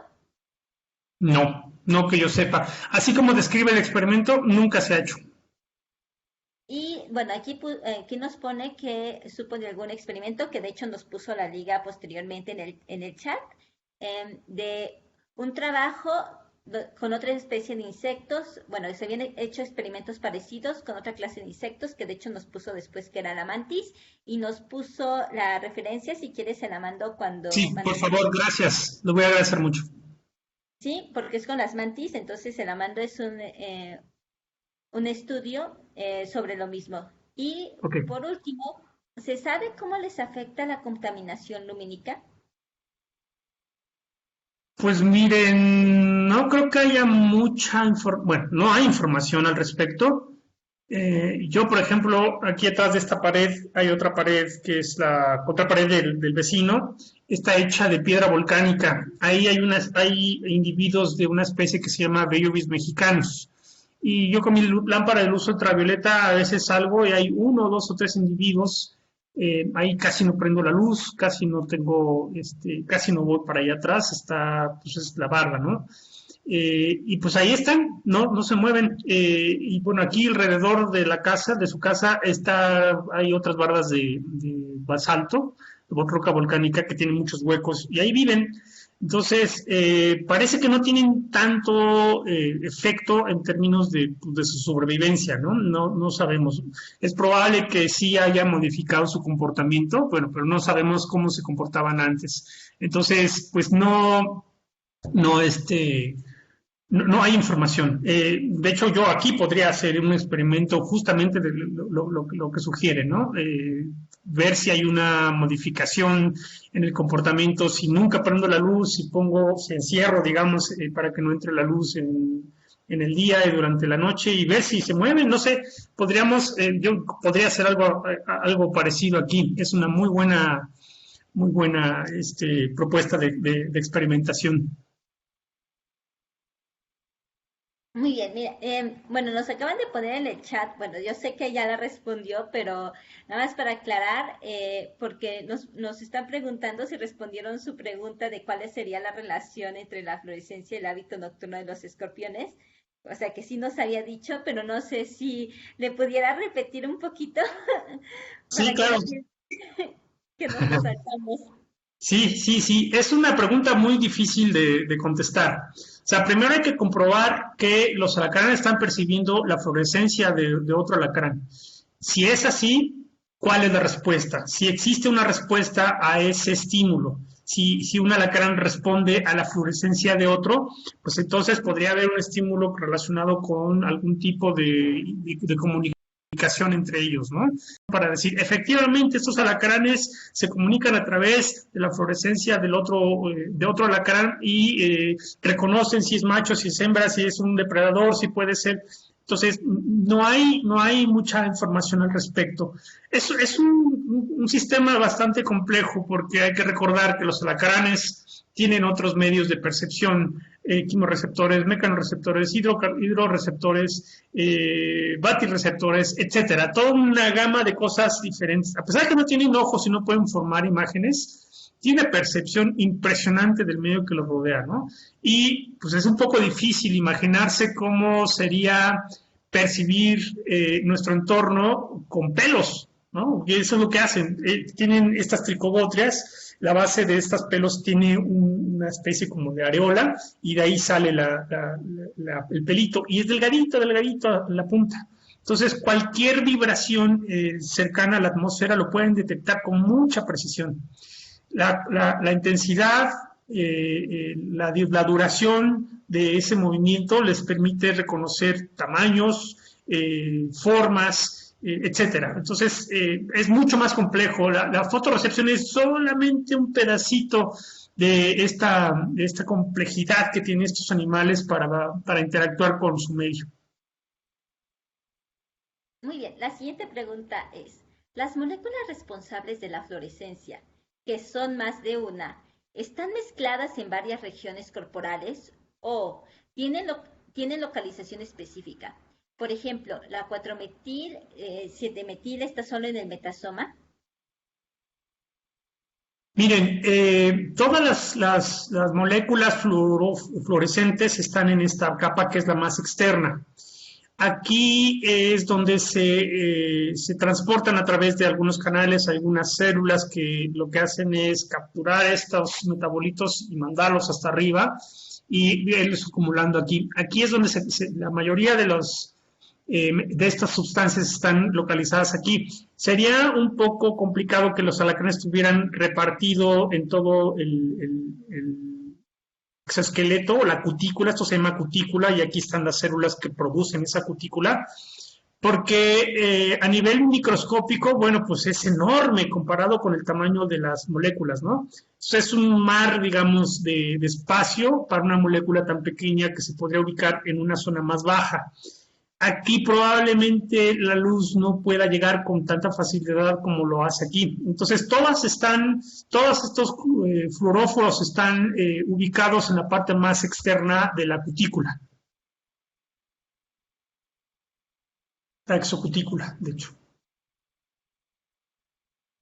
Muy bien. La siguiente pregunta es, ¿qué ahuyenta a los alacranes? ¿Tienen debilidades ópticas o acústicas para ser ahuyentados de las viviendas? No creo. No creo. Bueno, tal vez una luz intensa, completa, bueno, más bien durante toda la noche una luz muy intensa, eso podría disuadir un poco a que no se acercaran a esa fuente de luz. Pero bueno, pues uno tendría que poner todo alrededor de la casa lámparas muy, muy potentes y pues es un gasto de luz muy grande. ¿Y cuál era la otra? ¿De luz y qué? ¿Auditiva? ¿Tienen debilidades ópticas o acústicas? Acústicas. No lo sé. Podrían ser hipersensibles a altas frecuencias por esta capacidad que tienen las tricobótreas, ¿no? Tal vez irrite a estos animales una frecuencia intensa y continua. De hecho, venden algunas cajitas que lo que hacen es emitir sonidos de muy baja frecuencia que lo que hacen es repeler ratas y algunos otros artrópodos. No sé si repelan escorpiones o alacranes, no estoy seguro. No se ha hecho mucha investigación a ese respecto. ¿Se ha estudiado la relación entre los niveles de quinina y las otras sustancias del exoesqueleto con el color de emisión, como si fuera un análogo de la melanina en el color de la piel en los humanos? Muy buena pregunta. Sí, la matriz, digamos, principal está hecha de quitina. La quitina es un polisacárido, es muy similar a la celulosa. Ustedes ven una planta y toda la composición fuerte y estructural de las plantas está hecha de celulosa. Bueno, pues es muy parecida. De hecho, un dato interesantísimo. El polisacárido más abundante de la Tierra es la quitina. ¿Por qué? Porque la producción de quitina en términos de biomasa en todo el planeta, los insectos, los artrópodos en general, no nada más insectos, y otros organismos, otros animales producen quitina. Entonces es lo más abundante que pueden encontrar de biomoléculas en la Tierra. Bueno, regresando al asunto de la cutícula hecha de quitina. En diferentes partes de la cutícula se van acumulando diferentes metales, muchos pigmentos diferentes como la melanina. Esto lo que hacen es hacer un entramado mucho más fuerte y lo que hacen es producir este fenómeno que se llama esclerotización. Por ejemplo, el aguijón de los alacranes, si ustedes lo ven de cerca, es más oscuro que toda la parte que rodea la vesícula. Ahí se depositan metales pesados. Esto es para conferir aún mayor dureza, obviamente, pues por el uso mecánico que se hace de ellos. Necesitan una aguja hipodérmica con mucha fuerza para que pueda soportar el golpe rapidísimo y no se rompa. Entonces sí hay lugares específicos en donde la dureza está dada por estos pigmentos y por otros componentes. Ahora sí, efectivamente, esto que mostré aquí, la diferente coloración, tenga que ver con algún tipo de la composición secundaria de la quitina, es decir, todos estos depósitos posteriores que se van haciendo, ¿no? De pigmentos, otras proteínas, risilina, que es una proteína que le confiere mucha fuerza, mucha dureza y poca flexibilidad a ciertas partes. Otras partes tienen que ser, por ejemplo, algunas partes tienen que ser más flexibles, ¿no? Entonces, no sé, hay depósitos diferenciales. Y esto probablemente tenga que ver con la capacidad de fluorescencia, ¿no? Tengan algún tipo de interferencia. La puede ser más oscura, más intensa, etcétera. Esto que estoy comentando son hipótesis, pero, bueno, pues basados en ideas que tengo de información, ¿no? No estoy completamente seguro. Muy bien. A continuación tenemos una serie de comentarios y una pregunta de nuestro director, el doctor Rafael Espinosa Luna. Primero, pues lo saluda y le dice que es un placer de tenerlo como invitado aquí en el CIO. También le agradece por su excelente charla. Y primero nos indica que el doctor Rafael propuso el estudio de fluorescencia y su respuesta polarimétrica a Daniel desde sus estudios de maestría, y la caracterización la hizo en el laboratorio de polarimetría, el GIPYS en el CIO, a su cargo. Y la pregunta es, ¿puede mencionar acerca de los estudios obtenidos por polarimetría de alacranes en visible y en UV? Está preliminar. Miren, la parte biológica ahí es mucho más complicada porque el estudio que hizo Daniel está mucho más enfocado a la parte óptica, la parte de la polarización de la luz. Lo que puedo mencionar es que los alacranes tienen la capacidad de despolarizar medianamente la luz polarizada. Esto, pues obviamente, podría tener implicaciones biológicas también, porque esta despolarización, bueno, podría utilizarse como camuflaje también, ¿no? Hay muchos otros artrópodos, animales que vuelan, otro tipo de depredadores que perciben la luz polarizada. Entonces, el hecho de que el cuerpo de los alacranes tenga esta capacidad de despolarizar parcialmente la luz, pues les puede servir como un camuflaje, por ejemplo, ¿no? Camuflaje tanto para sus depredadores como para ellos mismos. Ellos pueden utilizar esta despolarización para acercarse a presas que perciben luz polarizada y cazarlas, ¿no? Entonces, es un doble juego ahí. Eso, para mí, esta parte de la polarización de la luz y despolarización todavía no tiene un complemento biológico tan fuerte, porque en alacranes no se sabe absolutamente nada de luz polarizada y su relación con su biología. Entonces, es un campo fértil, que probablemente con más investigación, pues otra vez es una línea de investigación para muchos años, ¿no? Entonces, es completamente nuevo. Muy bien, muchas gracias. Entonces, seguimos con la siguiente. Interesante información. ¿Qué pasará en el caso del género Megacormus? ¿Podría ser la excepción? ¿Excepción a qué? Pues no dijo nada más. Entonces, Okay. si quisieras abrir micrófono y decirnos excepción a qué. O escribirlo en el chat. Bueno, no sé si esté por aquí. Bueno, si no me la salto en lo que nos responde. ¿Le parece? Y bueno. Y hay alguien por ahí, creo. Sí hay. Te escuchamos. Bueno, nada más, como comentaba doctor, que puede haber una comunicación intraespecífica entre los alacranes. La pregunta es como Megacormus tiene una pues baja reflexión de la luz, ¿en ellos no habría esa comunicación? Pues bueno, podría ser que los ojos de Megacormus fueran mucho más sensibles a incluso 1 o 2 fotones, no sé, me imagino una cosa así increíble, ¿no? De intensidad ultra baja. Podría ser, y por otro lado, bueno, pues a lo mejor ni siquiera utilizan ese método óptico de luz, de comunicación. Megacormus tiene una característica bien interesante. Los patrones de Trichobotrias, es decir, la posición de cada uno de los pelitos en las diferentes partes del brazo son muy constantes en la mayoría de las familias. Megacorvus es una de estas familias raras que tiene que tiene muchísimos de estos pelitos. Entonces, lo que se me ocurre directamente es para darle la vuelta a esta falta de fluorescencia, a esta falta de comunicación visual, lo que podrían haber hecho estos animales es adaptarse con mayor potencia o potenciar de alguna manera esta percepción mecánica de los brazos, ¿no? Entonces, en lugar de utilizar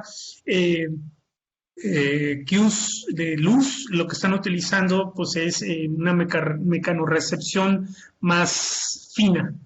Entonces, no sé si Megacorvus sea un caso, bueno, de hecho sería un caso importantísimo de estudiar, ¿no? Porque son animales con una muy baja fluorescencia. Este animal florece extraordinariamente mucho. Se dan cuenta, es un poquito más oscuro que está arriba, ¿no? Regularmente encontramos la mayoría de los alacranes con este tipo de fluorescencia como el que está arriba.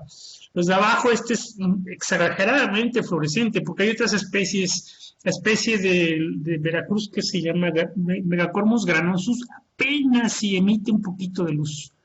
Entonces, será muy interesante estudiar esa parte que mencionas.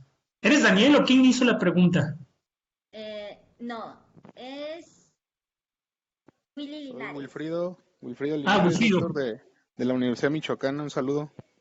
¿Qué tal? ¿Qué tal, Wilfrido? ¿Cómo estás? Muy bien, muchas gracias por su respuesta. Sí, seguro. Muy bien. La siguiente es, bueno, ya llegamos casi a las 2:30 y tenemos varias preguntas. No le incomoda que sigamos, ¿verdad? No. Adelante, por favor. Y muy bien. Y pues nuestra audiencia también sigue aquí, entonces sigue muy interesada. Entonces, Bien, adelante. La siguiente es, ¿son venenosos siempre? Bueno, todos los escorpiones producen veneno y tienen diferentes composiciones. Los venenos son cócteles, es una combinación de muchísimas cosas, ¿no? Hay sales, hay mucosa, hay proteínas, hay alcaloides, hay un montón de cosas, hay enzimas. Entonces sí, hay grupos de escorpiones que lo que han evolucionado, que han adquirido durante el tiempo evolutivo, son proteínas que lo que hacen es bloquear el sistema nervioso de su víctima, ¿no? Para cazar, lo que hagan de cuenta que es una película de Hollywood y llega el malo y le inyecta un tranquilizante a la víctima y se duerme. Literalmente es lo que hacen los escorpiones. Es un poquito más agresivo, obviamente se ve más violento el asunto, pero sí, todos los venenos tienen un efecto. Se habla de escorpiones de importancia médica, pero es una aproximación completamente antropocéntrica. ¿Por qué? Porque pues, es importancia médica para el humano, ¿no? Pero en realidad pues afecta a vertebrados y a invertebrados. Hay venenos que son específicos para matar presas, y hay venenos que son específicos para defenderse, y defenderse pues de los animales más grandes que somos los vertebrados. Pero sí por ejemplo en Nayarit hay una especie de alacrán que se llama Centruroides noxius. Ese veneno, la composición creo que el 60% son puros tóxicos que lo que hacen es bloquear el sistema nervioso de los vertebrados. Entonces su piquete es letal. Hay gente que, bueno, afortunadamente ya no muere tanta gente porque está el antiveneno, ¿no? Se puede neutralizar. Pero si no se atiende, sobre todo niños y gente de edad avanzada, si no se atienden dentro de las primeras horas del piquete, pueden llegar a fallecer. Si todos los alacranes producen veneno. Y dice, bueno, la lavanda u otras plantas pueden causar molestias a estos animales para ahuyentar. O sea, si se pueden usar para ahuyentarlos, la lavanda u otras plantas. Dudo mucho que alguna planta tenga un efecto tan específico. No se ha estudiado tampoco, no hay muchas evidencias de experimentos, pero hasta donde yo sé, no hay muchas plantas que sirvan para repeler estos animales. ¿Es posible que la fluorescencia de los alacranes sea un medio de protección ante el daño UV? Sí, esa es otra cosa, pero hay que recordar que los alacranes son nocturnos, entonces la intensidad de luz ultravioleta que emite la luna pues, no sería dañina. Ahora, una cosa bien interesante, y esto está relacionado con esta pregunta, me voy a echar a 450 millones hacia atrás, millones de años hacia atrás. Parece que los alacranes ancestrales, todos estos fósiles que mencioné, eran diurnos. Entonces, una de las hipótesis que uno podría probar, bueno, difícilmente podría probar porque ya están extintos estos animales, pero podría proponer y poner a prueba de forma, no experimental, pero otro tipo de pruebas, es que como eran animales diurnos, que con hábitos de actividad durante el día, esto podría haber sido resultado de una forma de protección a un ambiente con una incidencia de luz ultravioleta mucho más fuerte de la que tenemos hoy. Es probable, y que haya quedado ahí como una reminiscencia de las condiciones de ese momento, justo cuando los animales tal vez invadieron la Tierra, creo que fue en el Carbonífero, por ahí más o menos, pues puede haberse quedado como una característica a una condición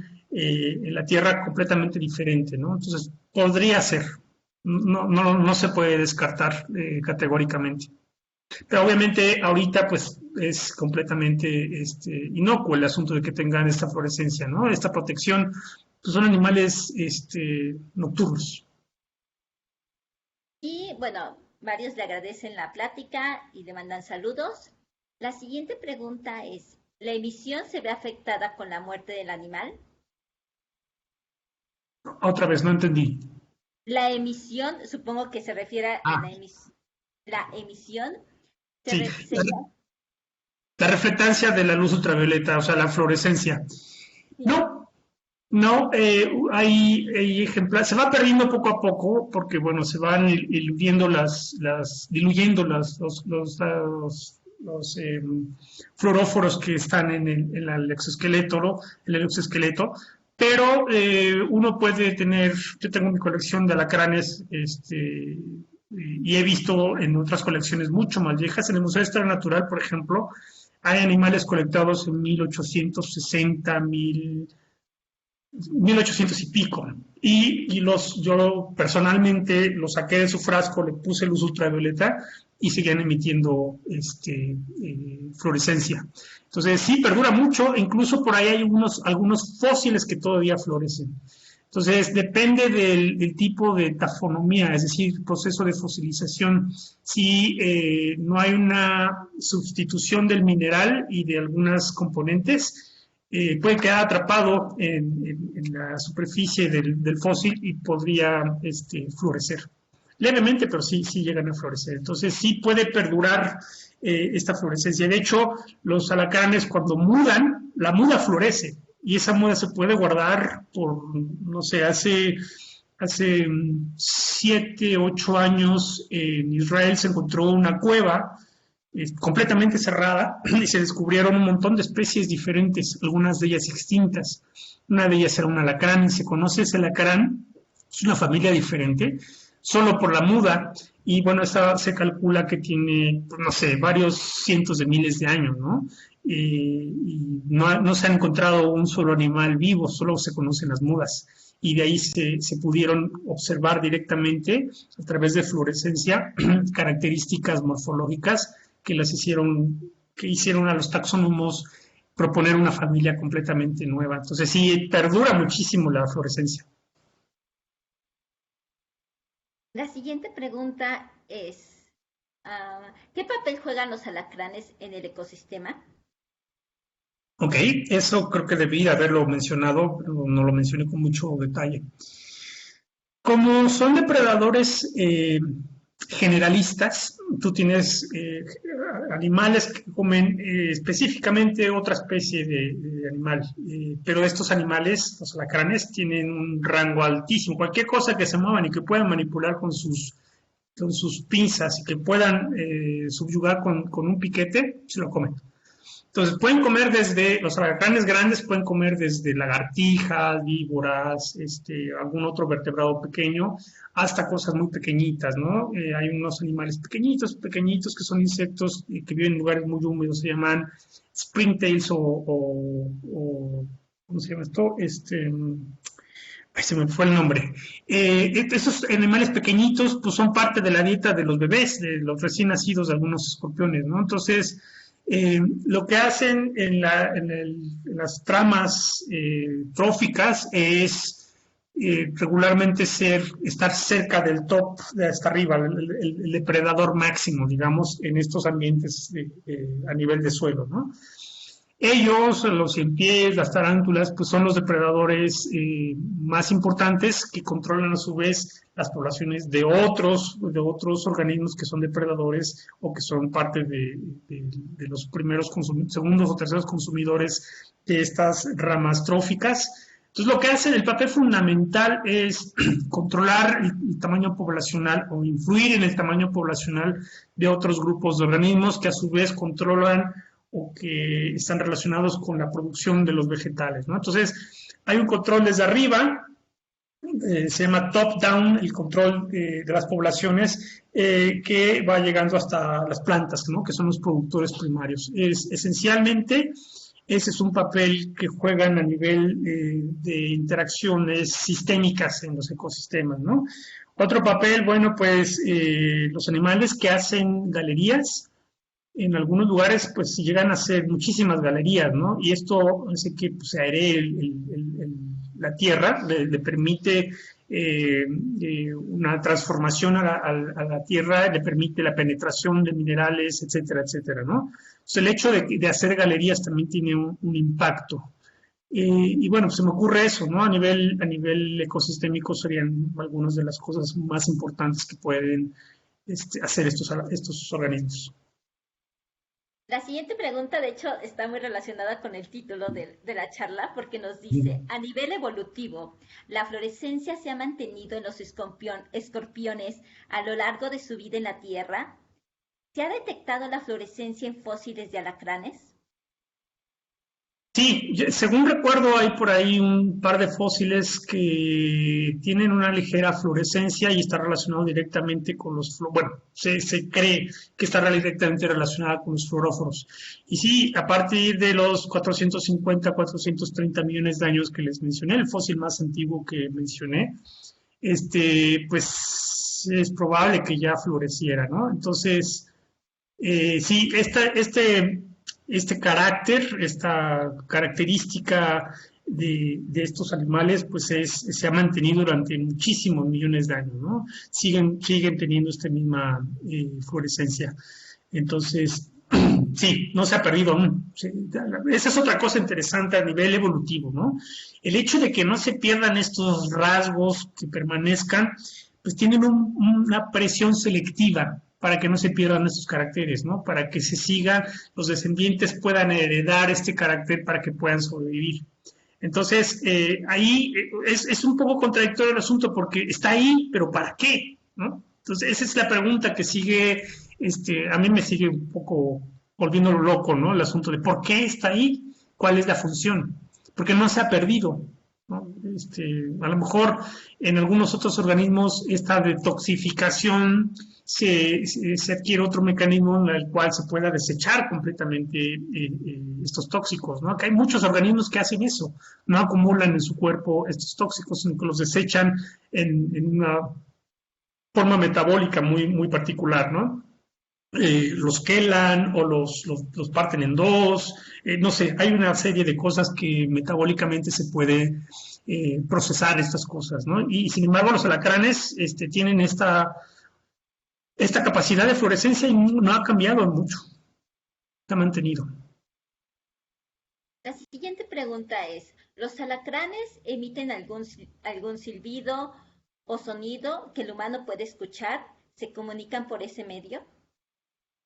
Sí, hay unos alacranes, de hecho creo que sí, es de 3 metros, déjenme ver. Sí, este grupo de organismos que se ve aquí, a ver, este grupo de organismos que se ve aquí junto con otros en Sudamérica, tienen unas especies como de raspas, ¿no? Los peinecitos, los peines, no hablé de los peines, qué vergüenza. Es una característica única de los alacranes, los peines. Estas estructuras que son mecano y quimioreceptores pueden llegar a esclerotizarse, ya sabemos qué es la esclerotización, el endurecimiento, por abajo, por la parte del anverso.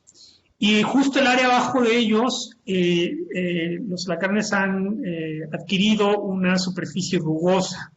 Entonces, lo que hacen algunas especies es que tallan el peine con esta superficie rugosa y es como una raspa. Y emiten un sonido de amenaza, ¿no? Bueno, más bien de que, pues, soy un alacrán, cuidado conmigo. Entonces, es una alarma, una alerta. Varias familias tienen estas características, ¿no? A diferentes partes del mundo. En Asia hay algunas especies. En Sudamérica hay otras especies, en el Caribe hay otras especies, en México creo que ninguna especie tiene esta capacidad, ¿no? Por ahí alguien de campo me decía, no, es que los alacranes hacen ruido. Yo nunca he visto, he observado muchísimos alacranes en el campo, ninguno he visto, no visto, he escuchado que haya señal de que hagan un sonido. Sí, hay algunos otros que tienen esta capacidad de hacer, sobre todo los más grandes, como tienen depredadores pues, también muy grandes y que tienen una capacidad de ocular, de oído más alta, más fina, digamos, pues sí les avisan, ¿no? Dicen, oye, soy un alacrán, no me vayas a atacar porque te pico. Sí, de hecho aquí nos dicen, el león sí los escuchamos. Si tienen una grabadora y un video en donde así con mucha precisión se pueda ver al alacrán y el sonido que emiten, me gustaría verla. La siguiente es un comentario. El alacrán debe ser muy sensible a la fluorescencia, ya que el espectro de emisión de la luna es esencialmente la misma que el sol, pero mucho más atenuada. La cantidad de UV emitida por la luna es sumamente baja. Y... ¿Sí? Perdón. No, si quieres seguir con el comentario. Ya. Sí, efectivamente, de hecho, esto está relacionado directamente con lo que mencioné de los ojos laterales, ¿no? Los ojos laterales tienen la capacidad de ver, no sé, número de fotones muy poquitos, ¿no? Entonces, la percepción que puedan tener, pues es bastante fina. Son fotorreceptores, se supone que son los fotorreceptores más sensibles de todos los artrópodos, ¿no? Aquí lo comento. Entonces, sí, efectivamente, habría que comprobar eso. Es lo que se piensa, lo que se ha concluido con algunos experimentos, pero, una vez más, necesitamos estudiar con mucho más detalle esto, encontrar la forma de medir esta percepción, ¿no? Ver si el nervio óptico está respondiendo a estas intensidades tan bajas, ¿no? Estos poquitos fotones que están captando los ojos medios. Pero sí, es otro de las cosas que hay que hacer en términos de investigación. Y de hecho, otro comentario que viene que ver con lo del sonido es, su sonido es muy agudo y largo en contraste con el grillo. Y ya llegamos a nuestra última pregunta bueno, no, me acaban de poner otra más en cuanto al sonido de no son los alacranes los que hacen esos ruidos, son unos insectos pequeños que parecen entre cucarachitas y grillos. Me costó trabajo averiguarlo, pero en la madrugada lo encontré y luego volví a encontrar esos animalitos que lo hacen, porque esto está ligado con lo del sonido, ¿no? Y muy bien, ahora si ya llegamos a la última pregunta, bueno, en realidad es una serie de preguntas, entonces la última, pero voy una por una. Podría ser si tienen algo, podría ser si tiene algo que ver con la defensa o resistencia a los canteros, ya que existen estudios que demuestran que las aves pueden ver la luz ultravioleta, dado que los escorpiones son nocturnos y hay una gran diversidad de aves con hábitos diurnos que pueden alimentarse de escorpiones. De todos modos, fue solo un pensamiento que se le ocurrió a quien nos hace esta pregunta. Sí. Sí, los alacranes tienen muchísimos depredadores, lagartijas, aves, por ahí pues las ranas comen de todo, ¿no? Los sapos sobre todo, no las ranas, los sapos. Hay animales, sapos muy grandes pueden comerse un alacrán sin ningún problema. Hay muchas aves. Me tocó ver directamente en el archipiélago de Revillagigedo hay una garza nocturna, que lo que hace es una garza pues, más o menos como una Bulbus ibis, de estas que hay en los humedales del centro de México, chaparritas, un poquito más alta. Esta garza lo que hace es localizar al alacrán y lo primero que hace es picar el punto de unión entre la colita, el aguijón y el segmento 5. Entonces corta el aguijón y ya empieza a picotear y se lo come. Entonces, sí hay muchos, ¿no? Está eso, hay lagartijas que de día son diurnas, de día andan moviendo bajo de las rocas los huecos y sacan alacranes y también se los comen. Hay por ahí reportes de osos en el norte, en Chihuahua. Los osos hicieron un análisis de sus componentes fecales y encontraron un montón de caparazones y cuerpos de alacrán, alacranes del género Diplocentus, otros alacranes grandotes, estos, ¿no? Tienen un músculo enorme, tienen un montón de proteínas, entonces los osos rascan y los sacan y se los comen. Y bueno, hay una cantidad enorme de otros animales que también se alimentan de alacranes. No sé si por ahí va la pregunta o me desvié. Pues mire, ligada a esa pregunta, porque la misma persona nos dijo esto, creo que durante el día, ya que reflejan la luz ultravioleta, sería mucho más fácil para los depredadores percibirlos como pájaros. O sea, para Ya. depredadores como pájaros percibirlos. Ujú. Ya, sí, pero hay que recordar que no, o sea, se conocen 6, 7 especies diurnas, ¿no? Hay una en Baja California, en una isla que se llama Espíritu Santo, justo en la zona de Rompiente, de día, como eso de 12, entre 12 y 3 de la tarde, uno puede caminar en esas rompientes de rocas donde pegan las olas, y hay alacranes caminando que se andan alimentando de algunos crustáceos, ¿no? Pero de ahí que haya actividad en el día, casi no se mueven los alacranes. De hecho, de día es problemático porque como tienen un caparazón tan fuerte, tan cerrado, tan impermeable, que pues se pueden cocer por dentro con el sol, ¿no? Si se sobrecalientan se mueren muy fácil. Pues no, de día casi no se pueden ver. Y sí, efectivamente, si uno desentierra un alacrán y lo pone a caminar, en menos de 3 minutos, o cualquier ave o cualquier otro organismo se lo pepena y se lo come, ¿no? Son fáciles de ubicar. Pues ya llegamos al final de nuestra sesión de preguntas. Realmente le agradecemos muchísimo.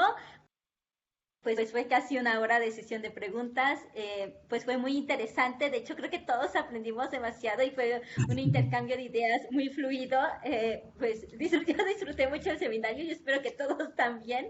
Si tenemos todavía casi 80 personas conectadas, pues yo creo que Wow. todos lo disfrutamos mucho. Entonces, Uh-huh. pues, y como a todos le damos pues unas felicitaciones virtuales, porque ahora los aplausos soy la única que los puede hacer. Y pues si lo felicitan y todo, entonces le haremos llegar a Constancia y yo le mando la liga del estudio que nos hicieron este favor de poner. Y les agradecemos a todos. Nuevamente, doctor Edmundo, le agradecemos muchísimo, muchísimo esta plática, muy súper interesante. Y pues yo espero que pues sea como foro para que todos los interesados puedan comunicarse con usted. Muchísimas gracias a todos, que tengan un excelente fin de semana. Hasta luego. Muchas gracias a todos y pues aquí ando, cualquier cosa. Sí, Hasta muchísimas luego, que gracias. estén muy bien. Hasta luego.